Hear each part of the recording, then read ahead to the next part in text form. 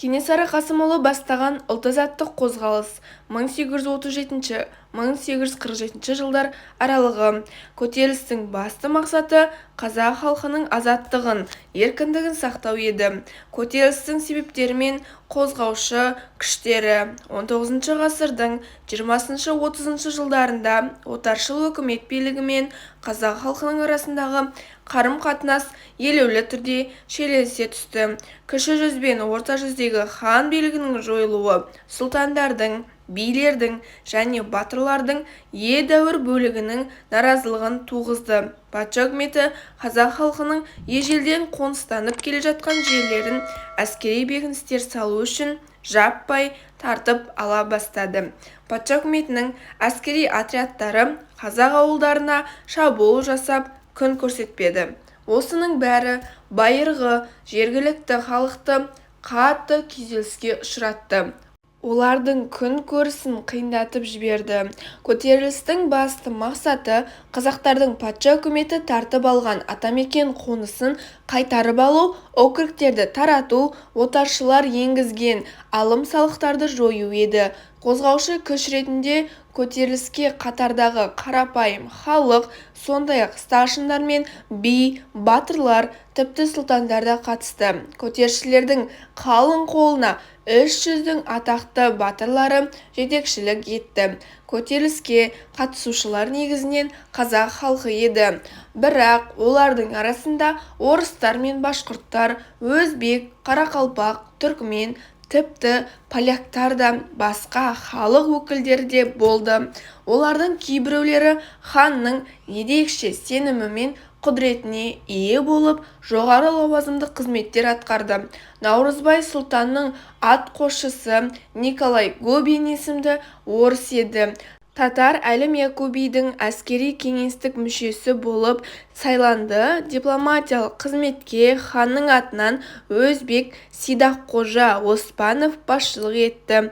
Бұлардың бәрі де Кенесарыға жақсы ұйымдастырылған тәртіпті әскер құруына көмектесті және көтерілісшілерге өздерінің жеке тәжірибелерін үйретті. Кенесары Қасымұлы қаһарман батыр, қолбасшы, дипломат, аса көрнекті тұлға, мемлекет қайраткері. 1837 жылы Кенесары Қасымұлы жетекшілігімен көтеріліс басталды. Ол Қазақстандағы ірі көтерілістердің бірі еді. Оған 300-дің қазақтары түгел қатысты. Кенесары тарих сахнасында өзінің бабасы Абылай ханның ісін жалғастырушы ретінде көрінді.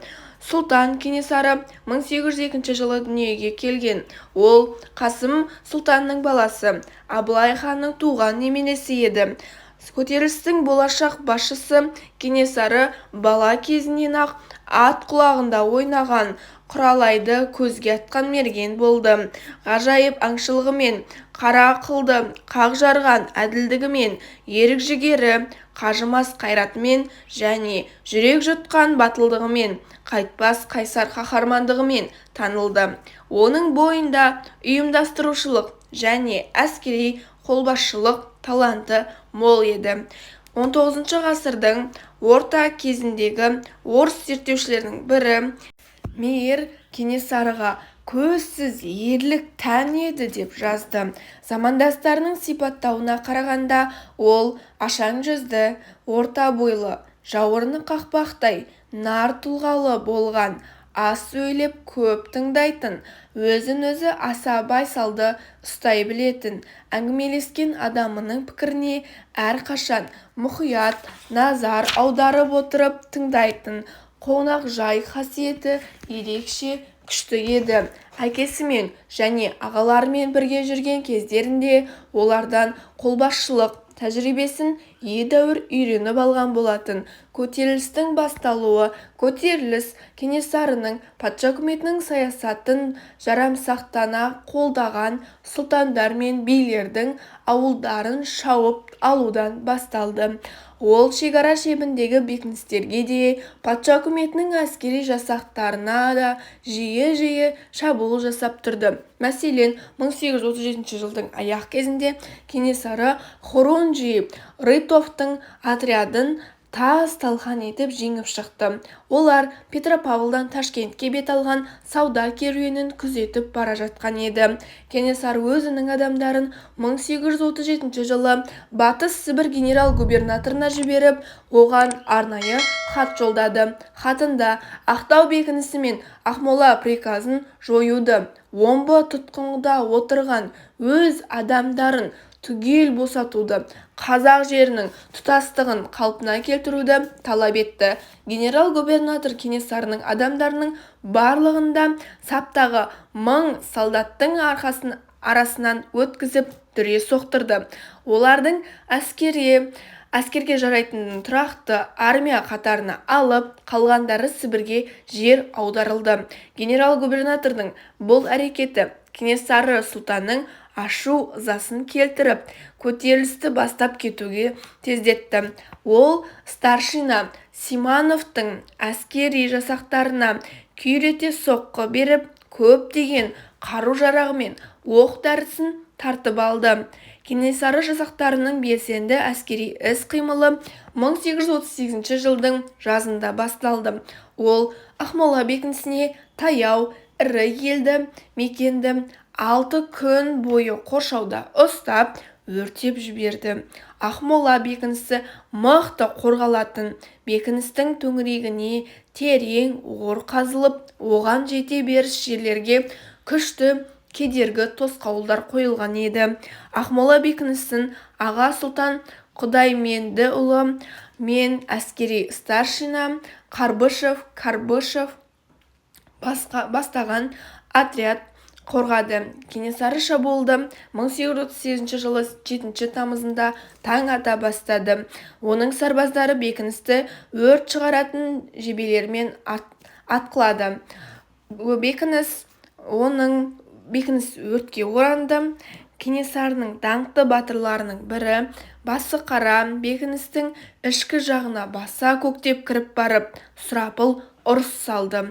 Осы шайқаста Басықара батыр мен 255 жауынгер ерлікпен қаза тапты. Бекіністе Ағыбай, Иман, Бұхарбай батырлардың сарбаздары басып кірді. Қазақ хандығының қалпына келтіруі 1841 жылы қыркүйек айында 300-дің өкілдері бас қосқан жиында Кенесары Қасымұлы хан сайланды. Сөйтіп қазақ хандығының қалпына келтірілді. Патша үкіметі бұл жайсыз хабарды өте өкініш сезімімен естіп білді. Ендігі жерде Кенесары бастаған көтеріліс ұйымдасқан сипат ала бастады.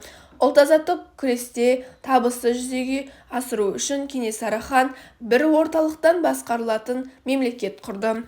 Оны ханның өзі басқарды. Ханның жағынан жоғары кеңесші орган өзіне барынша адал берілген батырлар, билер мен сұлтандардан тұратын арнайы кеңес құрылды.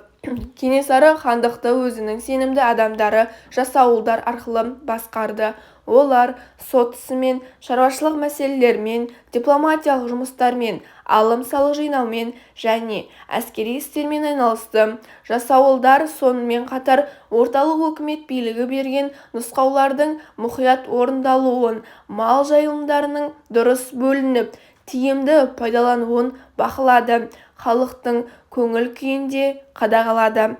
Хан билігі қызметтің оңды нәтижелері ретінде оның қол астындағы халық арасындағы алауыздық пен барымта алу жойылды. Ханның алым-салық және сауда-саттық саясаты. Кенесары ең алдымен алым-салық төлеудің тәртібін ретке келтірді. Мал өсірушілер зекет, ал егіншілер ұшыр төлейтін болды. Патша әскерлерімен соғысты одан әрі жалғастыру қосымша материалдық және қаржы шығындарын қажет етті. Сондықтан алым-салықтың қосымша түрі енгізілді. Халықтан киім-кешек, қару-жарақ, ат-әбзелдерін жинау қолға алынды. Көтеріліске деп жиналған астықты патша үкіметі жиі тәркілеп кетіп жүрді. Тәуекел етіп көтерілісшілерге астық апарып сатқандар жазалаушы әскердің қаһарына ұшырады. Сондықтан да Кенесары қазақтардың егіншілікпен айналысын қатты қалады. Көпестердің сауда керуендерінен алынатын баш салығы едәуір табыс беретінін ескерген Кенесары оларды тонауға тыйым салды. Сауда керуендерінің толық қорғалуын қамтамасыз етті. Керуен басыларын жеке өзі қабылдап та отырды. Баш салығынан түскен қаржыға Орта Азия базарынан қару-жарақтар мен оқ-дәрі сатып алынды. Қарулы күштердің құрылуы Кенесары 20 000 сарбаздан тұратын әрі жауынгерлік қабілеті күшті тұрақты әскер жасақтай алды. Кенесары әскері жүздіктен мен мылтықтардан тұрды. Ерлігімен ерекше көзге түскен сарбаздардың қатарынан жүзбасылар мен мыңбасылар тағайындалды. Кенесары құралайды көзге ататын мергендердің іріктеп мерген басы басқаратын ерекше жасақ құрды. Орыс армиясының үлгісі бойынша хан өз әскерлеріне ерекше айырым белгілерін енгізді. Хан сарбаздарынан шайқас тактикасы мен әскери өнердің амал тәсілдерін меңгеруді талап етті. Көтерілісшілерді әскери өнерге үйретумен орыстың, татардың және башқұрттардың бұрын тұрақты орыс армиясында қызмет еткен тәжірибелі солдаттары айналысты. Хан армияда қатаң тәртіп орната білді. Әскери тәртіпті бұзғандар қатаң жазаланды. Қару-жарақ арнайы қоймаларда сақталды. Кенесары барлаушыларының қызметін де шебер пайдаланды. Олар көтеріліс басшысына патша әскерлерінің қашан және қайда бет алатынын алдын ала хабарлап отырды. Кенесары әскерінің тыл қызметі де жолға қойылды. Ол көтерілісшілерді азық-түлікпен, жем-шөппен қамтамасыз етті. Патша үкіметінің жазалау әрекеттері отаршылдық қарсы күреске қазақтардың 300-нің бәрі бірдей белсене қатысуы патша үкіметінің зәресін ұшырды. Сондықтан да ол көтерілісшілерді қарсы неғұрлым батыл әрекеттер ұйымдастыруға көшті. Ресей императоры Кенесары бастаған көтерілісті басу мәселесін ұдайы ерекше бақылауда ұстады. Ол қазақ халқына қарсы жорық ұйымдастыру жөнінде жарлық шығарды. Ханның басына 3000 сом мөлшерінде сыйлық жарияланды. Көтерілісшілерге қарсы старшина Лебедев басқарған жазалаушы отряд жіберді. 1843 жылы сұлтандар Жантөрин және Айшуақұлы бастаған екінші әскер жабдықталды. Онымен бір мезгілде Омбыдан, Петропавлдан, Қарқаралыдан да әскерлер шықты. Патша үкіметінің әскерлері жергілікті жер жағдайын нашар білді. Оның үстіне дала сарбаздарына қарсы ұрыс жүргізудің ерекше әдісі қажет еді. Мұның бәрі де патша үкіметі жазалаушы әскерінің сілесін қатырды.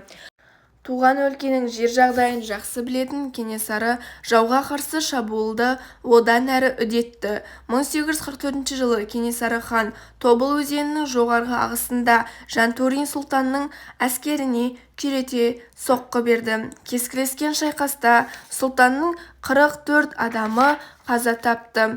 Бұл кезде Дуниковскийдің әскери тобы таяу маңда болған еді, бірақ оның ұрысқа араласуға батылы жетпеді. Кенесарының негізгі әскери күштері 1844 жылдың тамызында Екатерина станциясына шабуыл жасады. Бекіністің маңындағы елді мекенді өртеп жіберді. 40 адамды тұтқынға алды. Қыруар малды айдап әкетті. Сонымен қатар мылтық, пистолет, қылыш, найза сияқты көптеген қару-жарақ түрлерін олжалады. Арнайы жіберілген жазалаушылар отряд Кенесарының ауылына жете алған жоқ. Үкімет басындағылар абыржушылық пен үрей биледі. Кенесары әскерлерінің ұлы жүз аумағына қарай шегінуі. Кенесары Сарыарқаны тастап, көтеріліс орталығын Жетісу жеріне қарай ауыстыруға мәжбүр болды. Сібірдегі өкімет билігі Омбыдан елеулі әскер құру үшін құру тапшылығы Кенесарыны егіншілікпен айналысуға мәжбүр етті. Азық-түліктің тапшылығы осы егіншілікпен айналысуға мәжбүр етті. Ал күші басым патша үкіметінің қысым жасауымен Кенесары Іле өзенінің оң жақ бетіне өтіп, одан әрі Алатаудың етегіне көшіп барды. Ал патша үкіметі оған кіші жүз бен орта жүз қазақтары тарапынан көмекке келетін жолды кесіп тастады. Ұлы жүздің Сұраншы, Байсейіт, Тайшыбек сияқты батырлары көтеріліске қолдау көрсетті. Көтерілісшілердің сиреп қалған қатарын толтырып, едәуір күшейтті. Кенесары Қасымұлы Қытайға барып, бой тасалай тұруды да ойлады, бірақ оның бұл әрекетін Қытай үкіметі қолдамады. Ресей империясымен қарым-қатынасымызды бүлдіріп аламыз деген қаупімен Кенесарының өтінішін қанағаттандырудың үзілді-кесілді бас тартты. Қазақтардың арасында беделі күшті әрі жауынгер ханды қабылдаудың ешқандай да қажеті жоқ деп ойлайды. Оның үстіне бұл кезде Қытайдың өзі де қазақтармен діні бір ұйғыр мен дүнгендердің көтерілістерінен мазасы кетіп, қатты алаңдаулы еді. Көтерілісшілердің қырғыз аумағында қимылдауы. Көтерілісшілер қырғыз жеріне жақын келді. Бұл кезде қырғыздар Қоқан хандығының ықпалында болатын. Хан солтүстік қырғыз руларын билеуші манаптардың өзіне бағынуын талап етті. Бұл талаптар патша үкіметімен және Қоқан хандығымен одан әрі күрес жүргізу үшін күш біріктіру қажеттілігінен туған еді. Хан қырғыздарға арналған үндеуінде былай деп жазды: менің мұнда келгендегі мақсатым сендермен жауласу, қан төгісу емес, қайта қазақтар мен қырғыздардың басын қосып, оларды күшейту болып табылады. Қырғыздарда Шыңғысхан ұрпақтарына бағыну дәстүрлі қалыптаспаған еді. Сондықтан да олардың ханға бағынуы, сөйтіп өздерінің тәуелсіздігінен айырылуы әрине қырғыз ақсүйектерінің ойына кіріп те шықпағаны әбден табиғи нәрсе еді. Оның үстіне қырғыздардың Абылай ханның қырғыз аумағына жасаған жорықтарын да ұмыта қойған жоқ болатын. Қырғыздар патша үкіметінің Сібір әкімшілік тарапынан едәуір қолдау табатынын да сезді. 1847 жылы сәуірде Кенесары 10 мыңдай қолмен Қырғызстанның жеріне басып кірді. Қырғыздармен шайқас Ыстықкөл мен Шу өзенінің жоғары ағысы аралығында Кекілік Сеңгір тауының қойнауында өтті. Осымен біздің тақырыбымыз аяқталды. Әдеттегідей QR қалдырып квиз тестін тапсыруларыңызды сұраймын, және де ол тестті тапсыру арқылы сіздер өздеріңіздің білетін не білмейтін тұстарыңызды анықтай аласыздар. Менің каналымды жоғалтып алмас үшін каналға міндетті түрде тіркеліп қойыңыздар, және де видеоға лайк басып, комментарийға өз ой-пікірлеріңізді қалдырып кетсеңіздер болады. Бұдан арыда мен алдағы уақытта Қазақстан тарихтан осылай тақырыптарды аудио форматында шығаратын боламын.